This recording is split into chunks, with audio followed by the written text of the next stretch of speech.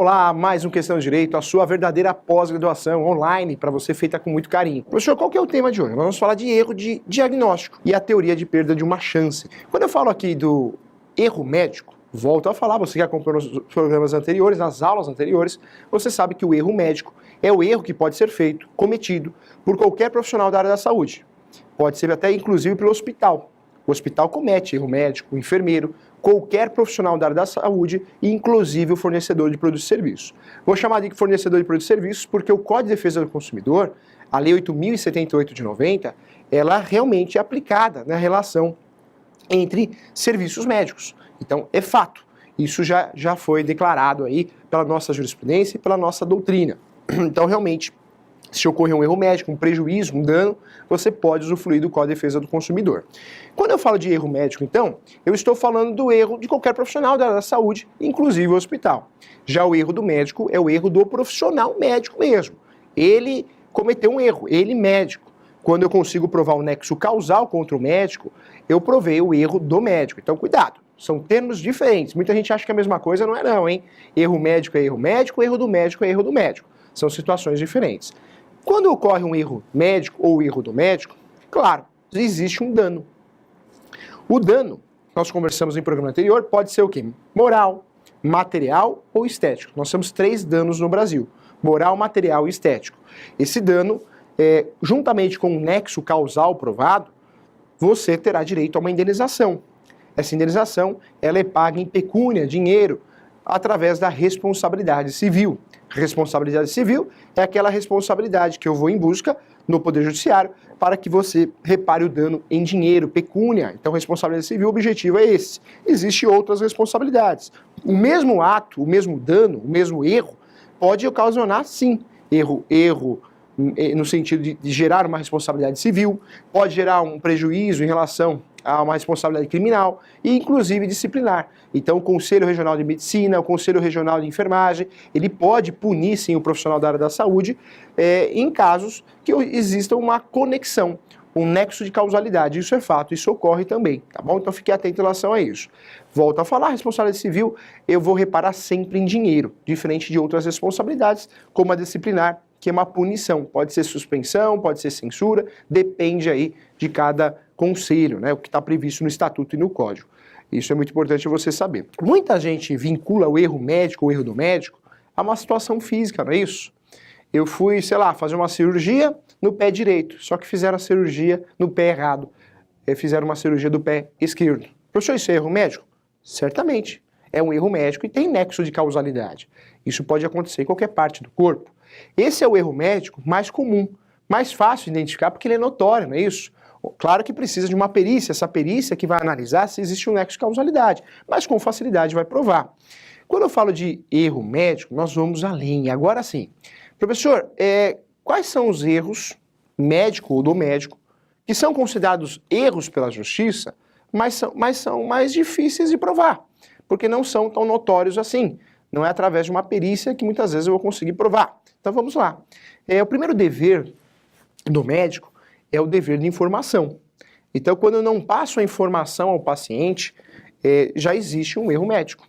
Ou melhor, nesse caso, o erro do médico, porque o médico tem o dever de passar informação ao paciente, ele tem que falar a verdade, não pode mentir, não pode esconder, não pode omitir. Então, o dever de informação já está previsto no Estatuto. Ele é obrigado a passar essas orientações, essas informações. Então, isso é fato, isso também é considerado um erro do médico, no caso do médico, né? É considerado um erro médico, erro do médico. Quando eu falo dessa situação de diagnóstico, cuidado. Por isso, o médico, um professor que também presta serviço para algumas empresas e algumas clínicas e alguns médicos, eu sempre falo médico, falei isso numa palestra recentemente no Conselho Regional de Medicina. O médico precisa tomar muito cuidado com as informações que ele passa. Ele não pode chutar, não é isso? Você vai no médico e ele vira para você e fala, olha, isso daí é uma gripe, isso aí é uma pneumonia. O médico ele precisa ter exames em mãos para evitar o erro de diagnóstico. Quando o médico erra o diagnóstico, ele receita a você um medicamento que não era necessário, já existe um erro do médico. E aí caberá a você, poderá, caso você queira, pedir isso, essa indenização na justiça. Então, cuidado. Eu sempre levanto essa questão. É importante sim que o médico nunca, jamais passe informações, orientações sem ter certeza. Para que ele tenha certeza, tem que ter exames, não é isso? Não existe mais esse médico que olha para você e fala, você tem isso, tem aquilo. Não, eu preciso de exames. E isso eu falo porque o corretor de imóveis é assim também, e o advogado, o contador é assim. A gente só pode falar o que a gente vê. Você vai no nosso escritório, quando é caso de direito imobiliário, a primeira coisa que eu vou pedir para você é a matrícula do imóvel. Porque olhando a matrícula do imóvel, eu vou ver se o imóvel é seu, se não é, se tem algum ônus, né? Se esse imóvel tem ônus e você talvez não seja seu, você acha que é seu, não é isso? Eu preciso de um material, documentos, para conseguir entender a história e passar uma orientação.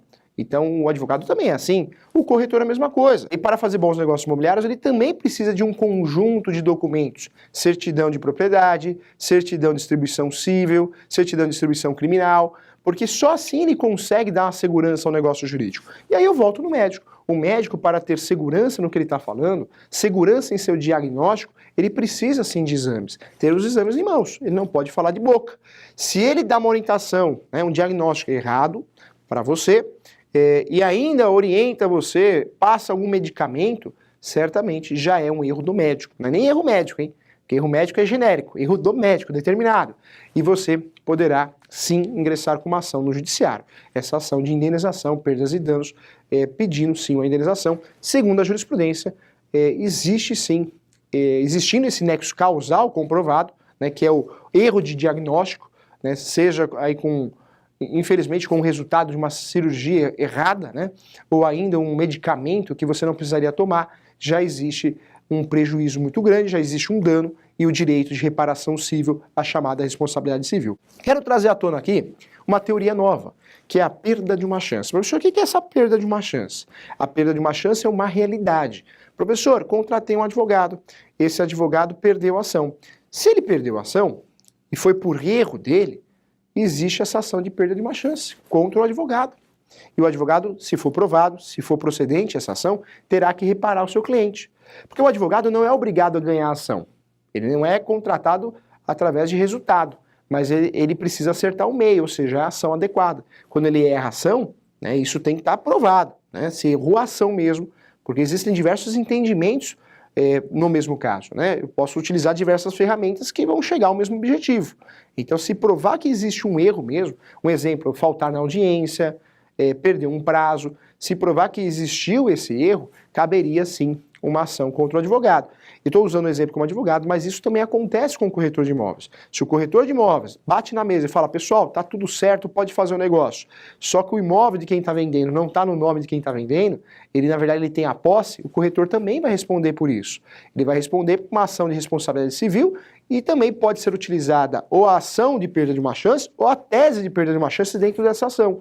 E aí o corretor vai ter que reparar. O médico, quando erra o diagnóstico, ele tirou da pessoa a expectativa, ou melhor, a chance de cura. E isso é uma chance. Essa chance, segundo a jurisprudência, a doutrina, ela é motivo, sim, de reparação. Então veja, quando nós falamos de erro médico e erro do médico, esse assunto que parece tão confuso, olha como fica fácil e didático. Erro médico é erro de qualquer profissional da área da saúde. Erro do médico, né, é o erro do médico propriamente dito. Mas não é só o fator físico, né? Não preciso ter só realmente o nexo causal físico. Eu vejo que, sei lá, fez uma cirurgia no abdômen, sendo que não era no abdômen, era na perna, né? Uma transfusão de sangue sem necessidade. Não preciso ter esse fato notório. Pode existir também numa situação fora essa situação física. Seria o caso de um erro de diagnóstico, que caberia sim a tese de uma ação de perda de uma chance. Então, olha só como o direito médico também é muito interessante, hein? Quando eu falo dessas indenizações, a ação de perda de uma chance também tem o objetivo de conseguir ao seu cliente, ao seu autor, né, a reparação desse dano. A reparação desse dano, quando eu falo de responsabilidade civil, sempre é em dinheiro, hein? Sempre é em dinheiro. Responsabilidade civil, dinheiro, né? Não tem jeito. A responsabilidade disciplinar são punições, sanções. Normalmente censura, exclusão, no último caso.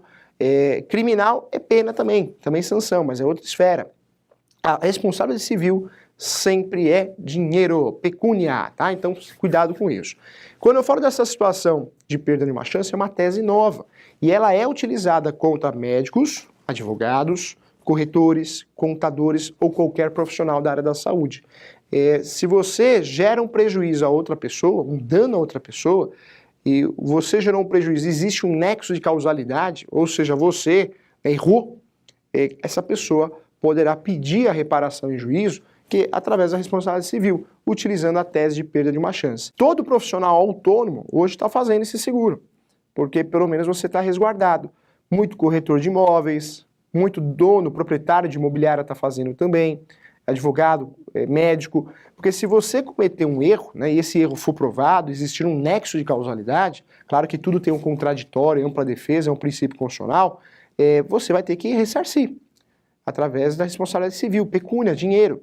Então esse seguro é para cobrir realmente esse prejuízo, caso ocorra. Lembro sempre que a gente tem a oportunidade do contraditório para a defesa, que é um princípio constitucional, né? Então o médico, em qualquer situação, ele vai ter o direito a se defender, tanto na justiça civil, como na criminal e também na disciplinar.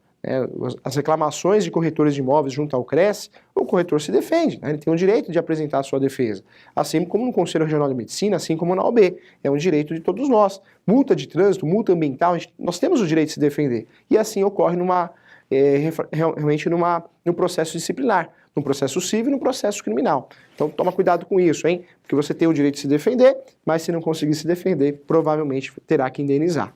Terá que indenizar, e essa indenização sempre em dinheiro. Professor, qual que é o valor do dano moral em caso do erro de diagnóstico do médico? Também vai depender da situação concreta, hein? Não dá, e eu defendo muito isso em aula, professor que dá muita aula em pós-graduação, para colegas advogados, eu defendo muito que o advogado honesto não pode passar valores, não existe isso. O dano moral no Brasil, ele, infelizmente ou felizmente, né, tem entendimentos diferentes, e eu estou aqui de forma neutra só para passar a informação, de forma didática e objetiva, não é alto. As indenizações, no máximo, em caso de erro médio, já volto a falar isso, não ultrapassam a 15 mil reais, 30 mil reais no máximo. O que nós temos por aí é algumas exceções, isso sempre tem. Mas muitas vezes essas exceções são reformadas em segundo grau, no Tribunal de Justiça Estadual. Por quê? Porque o direito brasileiro, a jurisprudência, não quer, não deixou, não vai deixar criar a fábrica do dano moral. Você imagina quantas ações nós temos no judiciário. Se muita gente ingressar com ações de dano moral, vai aumentar mais o fluxo de serviço. Professor, você concorda com isso? Não estou aqui para concordar nem discordar. Estou trazendo um caso concreto, né? É fato. Então as indenizações jamais vão ser aquelas indenizações que a gente vê em filmes americanos. Isso não ocorre, isso não é verdade. Cuidado com isso. Por isso, toda vez que o advogado for passar alguma informação para você em relação ao valor da indenização, o ideal é que ele explique para você a chance de êxito e a chance de ter uma diminuição em relação a esse valor. As indenizações, o advogado pode até pedir um valor acima do comum, acima do normal, mas muitas vezes a justiça não vai dar a procedência desse pedido. E se der, né, se acontecer, o tribunal pode reformar essa decisão, porque no Brasil nós não temos a fábrica do dano moral. Existe uma jurisdição defensiva, eu sempre falo isso, que a justiça ela se protege, ela não vai deixar você milionário ou eu milionário através de uma ação de dano moral. Isso não acontece, é uma realidade, né?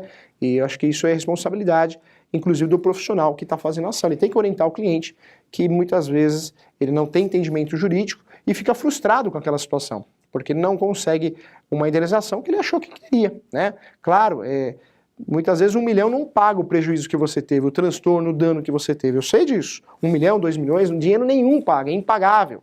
Mas existe essa regra que precisa ser falada, né? Essa regra que as indenizações no Brasil não são valores absurdos, astronômicos, isso não ocorre, tá? Então fique atento em relação a isso. Estamos chegando ao final do nosso programa, quero agradecer a você, quero desejar a você muita saúde, paz, amor, sucesso e continue acompanhando Questão de Direito toda quarta-feira, tá bom? Um abraço, tchau!